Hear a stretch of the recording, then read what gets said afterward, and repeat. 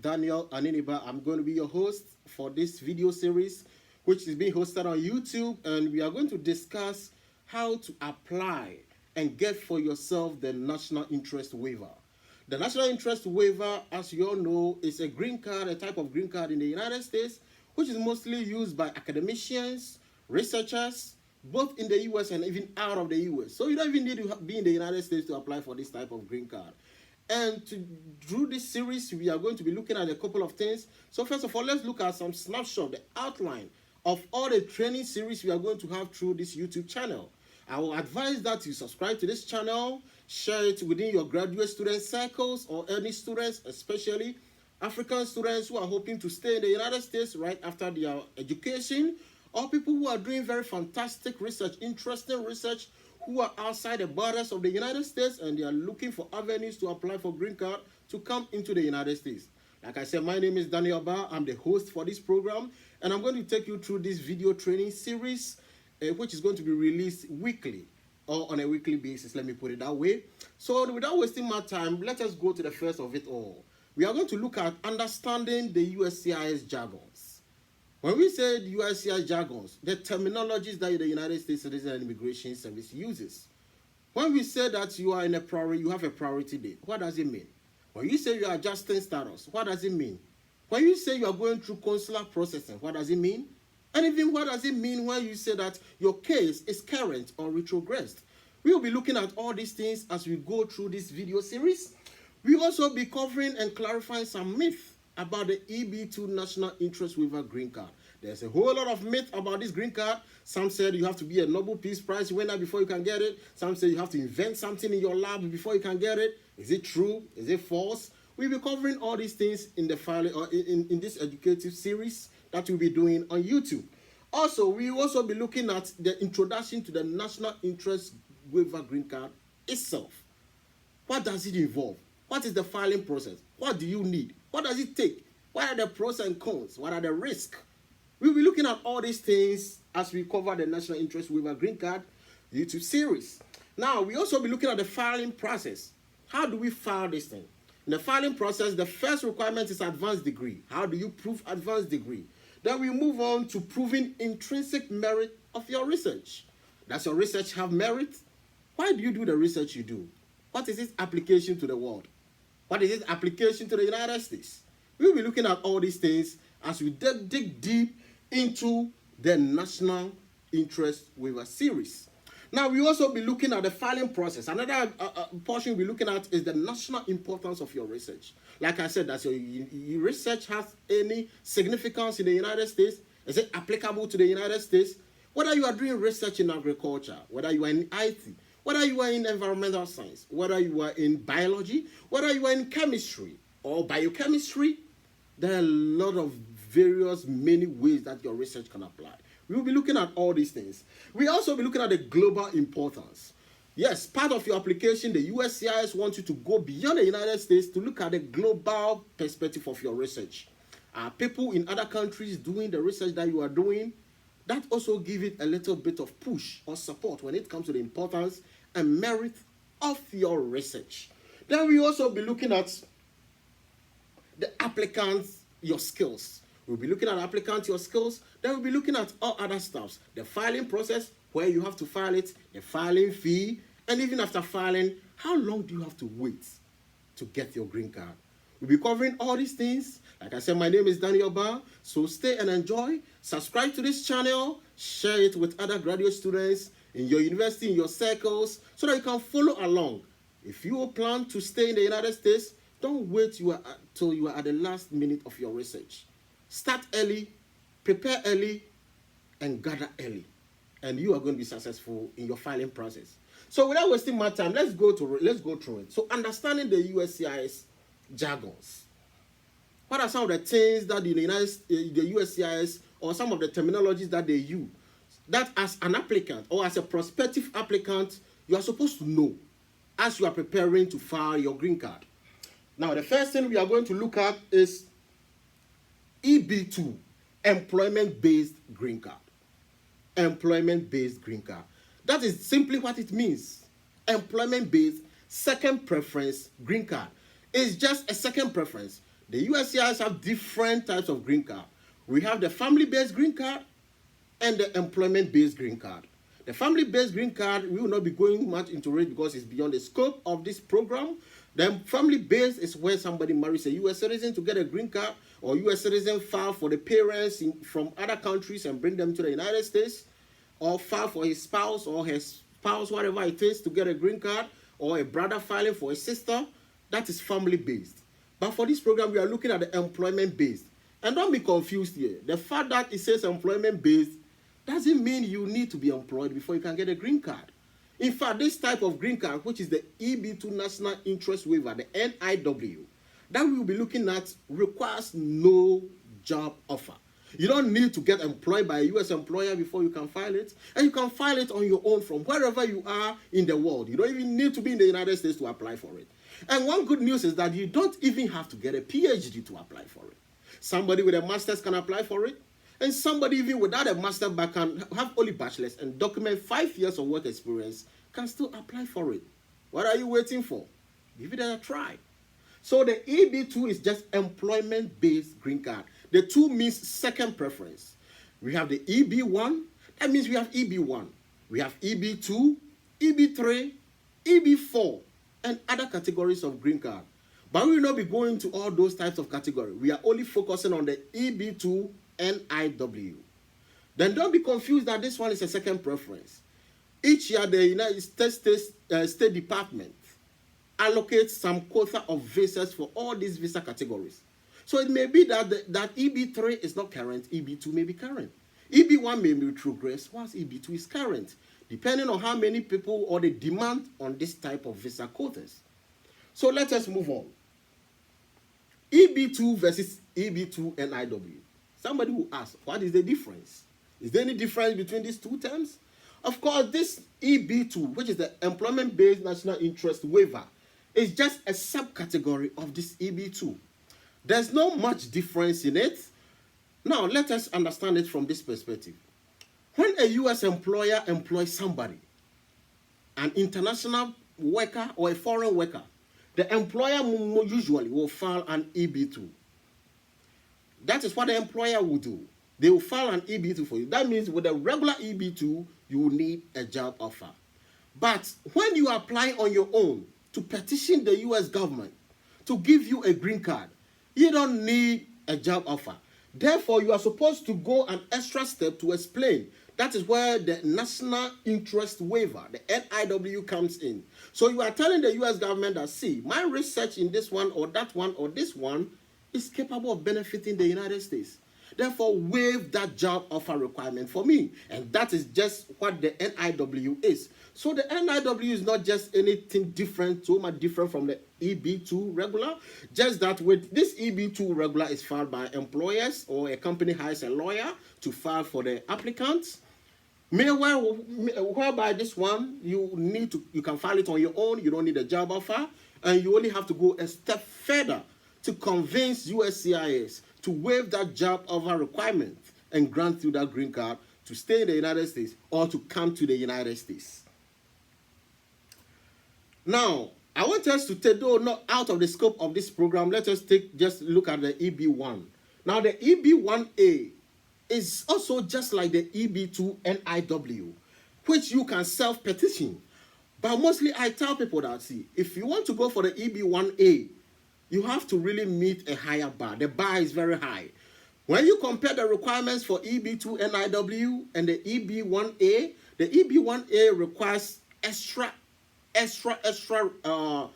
you have to prove beyond doubt that you have gone above the bar. So most of the time, this type of green card is for professors who have achieved higher things in their line of research, people with about 200 citations in their research, whereby NIW, it doesn't have a minimum number of citations required. But with EB1A, you are supposed or you are expected to go beyond a minimum citation number most of the time to enhance your chances of getting approved. Now let's look at the EB1B. The EB1B, you cannot self-petition for it. This visa is mostly used by universities to file for their staff either in the teaching field or the non-teaching field. So universities mostly use this type of green card a lot. And there's no limit onto the number of applications that USCIS can approve for EB1B. So that means when it comes to universities, they have very free limit or free range to be able to apply for green card for their staff. Since most of the universities are also non-profit, they have given them that opportunity or that benefit of doubt to file without any limit or on numbers that they can file within a year. Now, when you come to the EB1C, that one is also a type of green card which you cannot self-petition. That green card is mostly used by companies to bring foreign managers. Let's say you have a company in the United States which have a subsidiary in India or other countries, and that company in the foreign country wants to transfer a manager to the United States. Mostly that company will file this type of green card for the manager to be able to stay permanently and work in the United States. So EB1C is also something that you cannot self-petition. Now let's go to the EB3. We also have the EB3 category. The EB3 category, the bar is very low, but you need an employer. You need a US employer to file for you. The EB3 category requires a semi-skilled. So you don't even have to prove a bachelor's degree. At times, having just a diploma, you can apply for the EB3 category. And the EB3 category, most of the time, is utilized by hospitals to file for nurses. You realize that time they bring in foreign nurses a lot into the United States from Philippines, from other great areas. This EB3 is what most of the time the hospitals will use to file a green card for you as a nurse to stay permanently in the United States. So that is that. Now, when we say a priority date, what is a priority date? A priority date is something which can be very much of a major issue for some applicants, and which cannot be which is not even an issue for some other applicants. For instance, there are some citizens of countries whose citizens are present in the United States in very large numbers.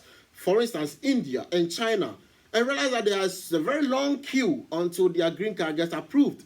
Currently, I know that with EB2, it's taking somewhere around 10 years for an Indian national to get a green card. Therefore, a priority date is a very big deal for Indian nationals because it is the date that the USCIS actually received your petition. So when you post your petition, it's not the day that you track on UPS or you track on USPS or you track the postal service and the postal service said they have delivered. No, that is not the priority date for you. Your priority date is when the USCIS writes you a letter and acknowledge that your petition is received. And the date they have received it is the date which is your priority date. Now, with a priority date, that means that your priority dates, you are going to receive priority in processing whenever visa numbers become available. So like I said, there are citizens from China, there are citizens from India who are here in very large numbers, so that when they file green card, they have to join a queue. But there are other citizens from other countries, like African countries, some countries in Europe, they are not here in large numbers, so always they have a current visa date. Therefore, when they file, they don't have to worry about a priority date. But whether you have to worry about it or not worry about it, you have to keep this date in mind, because whenever you are doing an inquiry with USCIS, you also need to quote your priority date. So it's something very important that whenever you receive that letter of acknowledgement, you should take note of the priority date. Now, based on this, you ask yourself, are you current or not? Some people are current, some people are retrogressed in the United States, depending on their country of chargeability.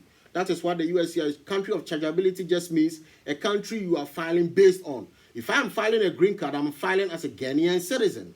If somebody will be filing as a Cameroonian applicant. So depending on which country you are owing allegiance to, that will be your country of chargeability. And based on that, you will decide for yourself whether you are current or you have retrogressed. Let us look at this table in a minute. If you look at the table on the screen, this is how, as of March 10th, so it's not just that far, as of March 10th of this year, this is how that table stands. If you look at the first preference, it's current throughout. So beside the fact that EB1A is very difficult to get, I know a lot of Indians who try this green card a lot because it's always current for all countries. It's always current for all countries. And therefore, whenever they get it, they have the high hopes that they are going to get their green card within just few months, or let's say a month or two. But well, let's look at the second preference green card. This one says all chargeability areas except those listed.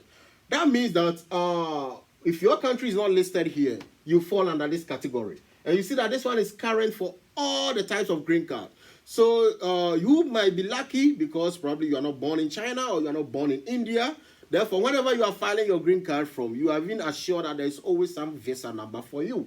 When you come to China, China as in EB2, if you are looking at the EB2, currently the priority date is March 19th. What this date means is that currently USCIS is processing applicants who filed their green card on or before March 2019, sorry. So 1st March 2019, if you look at your priority date and you look at it, you are from China and you filed your green card, on or before 1st of March 2019, you can be rest assured that now the USCIS has picked your case and they are looking at it. The similar way, if you come to the EB3, they are currently processing for March 2018. And it goes like that. All other workers' green card, they are processing currently as at those who filed 2012. Now, if you come to El Salvador, Guatemala, or Honduras, they are all current except the 4th category, which has retrogressed to 2017. That means currently the USCIS for this type of green card is looking at those who filed on or before this date. Let's look at India. This is where it gets so scary. For India, the first category, the EB1A, is current. EB2, any Indian that files an EB2, even after approval to get a green card in hand, that means that person is going to wait somewhere around for about 10 years. You see that 2013, currently the USCIS is processing those who filed 2013 and before that date. So if you are Indian and you filed 2014, the USCIS have not even picked up your case to look at it. So that should tell you something. Third preference, third category is the same thing. It has retrogressed to 2012. That means 10 years. You are going to be waiting 10 years. And it's not even a guarantee that is going to, the queue is going to move at a constant pace. At times, there's a huge backlog, and this date can even go more further than you thought. So that is one thing we take note of. For Mexico, they don't have any problem except the 4th category green card, where they have a retrogress date to 2020. And also for Philippines, they don't have any problem. With Philippines, there are dates you check and they have some of their green cards retrogressed. There are other dates you check, all of them are current. So this data is gotten from the U.S. Department of State. There is a monthly bulletin that they release. And even if you are not filing the EB2 green card, if you have the diversity lottery, those who are waiting to see if they have won the American lottery, the bulletin is also on it. Thankfully, for Africa and all other countries, it's always current. The same also applies for other areas at time it retrogress. So paying attention to it is very important. Another terminology I want to look up is adjustment of status versus consular processing. This is very simple term. For those who will be applying for this green card, the EB2 National Interest Waiver green card, within the United States, let's say you are an F1 student and you are applying for this type of green card, you will be going through something we call the adjustment of status. What it means is that after your petition for the green card is approved, you will just file some form, a formality you file, where the USCIS will move you from a student status to a permanent resident status. So that is directly from the F1 status to the green card status. If you are here on H1B, the process is the same thing. They move you from H1B status and put you into the green card or permanent resident status. Now with the consular processing, it gets very different. Like I said, this green card is not only for those who are in the United States. People who are students doing masters, PhD out of the US in different foreign universities all qualify for this type of green card. And whenever they get their petition approved, they will go through something they call the consular processing process. It's just like winning the diversity lottery in your foreign country and going to the visa embassy to process your visa. This time around, an immigrant visa, a permanent resident visa to come and live permanently in the United States. Now, the other thing I want us to look at is advanced degree. Part of this application, you'll be showing an advanced degree, that you have an advanced degree. And what is an advanced degree? The USCIS sees advanced degree as any degree which is above a bachelor's degree or equivalent, either gained in the United States or gained outside the United States. So let's say master's degree or a PhD is what we call an advanced degree.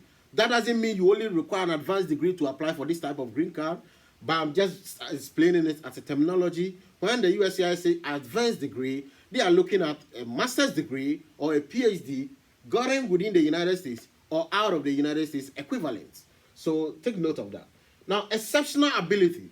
Exceptional ability is, beside the fact that you have advanced degree, you'll be showing exceptional ability. So within your research, what are your exceptional abilities? What are some of the things you can document that you can do? What are some of the things or the accolades you have received in your research field? It can be citations, it can be awards, it can be certain things you have uncovered in your lab. You are contributing a novel research, you are doing a novel research, a novel idea. A novel idea means novel breakthrough, things that you are uncovering from your research.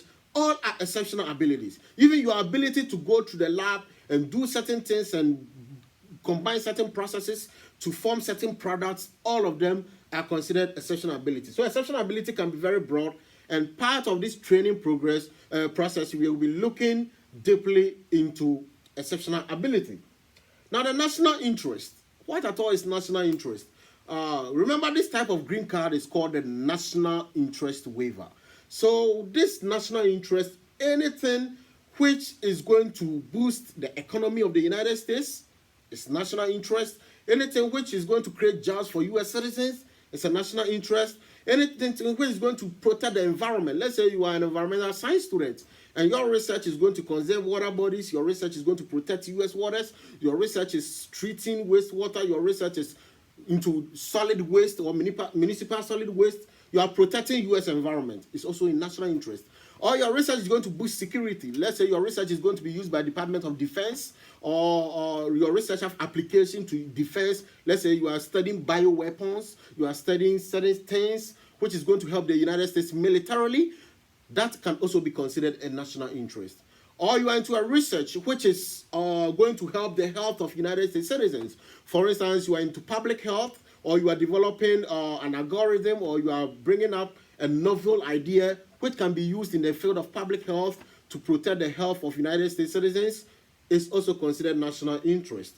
I can go on and on and on and on. Let's say you are into cybersecurity. That means you are going to protect the security of U.S. IT systems. That means your research is also of national interest. So no matter what, I always say that national interest is also very broad. And no matter what research you are doing, there's a category that fits for your research for national interest, which is very much important that you ask yourself, what research am I doing? What is my field of endeavor? What is my field of profession? Which it can benefit the United States very well.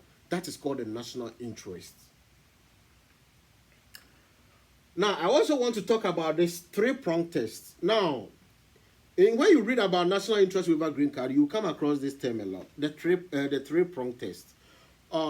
Every visa officer, when he takes your application, he or she looks at three things. The merits, like I said, I talk about the intrinsic merits, the merit of your research, the qualifications that you, the applicant, you have, and also the unbalance. Is it worth for me to waive the job offer requirements and give this guy the green card? These are the three questions the visa officer asks, and these are three-prong test. So what's the merit? Like I said, merit, why do you do your research that you do? Is it worth pursuing? Nobody goes to a university to do useless research. If not, that research will not be existent. In fact, nobody will even get time to supervise a useless research. So I would say that almost 99% of research that always we do, or project work that we do in the universities or whatever it is, carries merit. It has merit. Whether it's protecting the environment, whether it is producing energy, whether it is going to produce drug or medicine to be curing certain diseases, no matter what, it's merit. It has merit. Now, qualifications. Qualifications, the U.S. visa officer will be looking at your qualifications that you have. Your master's degree, your bachelor's degree, your PhD that you are pursuing, if you have any. Beside that, have you won any awards? Are you a member of any professional organizations? What are the qualifications that you have? Do you have any other qualifications or certifications in this field that you say you want to come to the United States and continue working in? These are all the questions that your USCIS will be looking at in totality to approve your green card. So, that is it for the end of today's series. We have looked at a couple of terms as it applies to the National Interest Waiver Green Card. We have looked at what it is when we say you are current or your case has retrogressed. We have looked at whether now right now you know where you stand, whether when you file a green card you can get it right now, or when you file the green card it's going to take years for you to get it. A lot of things that we have discussed today. We have discussed the national importance. We have discussed the global importance. We have discussed a whole lot of things. And I'm very much happy to be your servant, your host. My name is Daniel Aniniba. I'm going to see you the same time next week as we upload the next series, which is going to be clarifying the myth concerning national interest waiver. We're looking at a whole lot of myths, and we will clarify all these myths so that you have a free mind to know that whatever you are going to put effort into applying, no negativity is going to hold you back. So stay behind, subscribe to the channel, share the channel like I said, invite friends. Let us come together and build a community. Post your questions also under the YouTube channel, that whatever question you have concerning this green card, and I'll be addressing it as I move on. The more you bring these questions, the more it's going to make our discussion fun.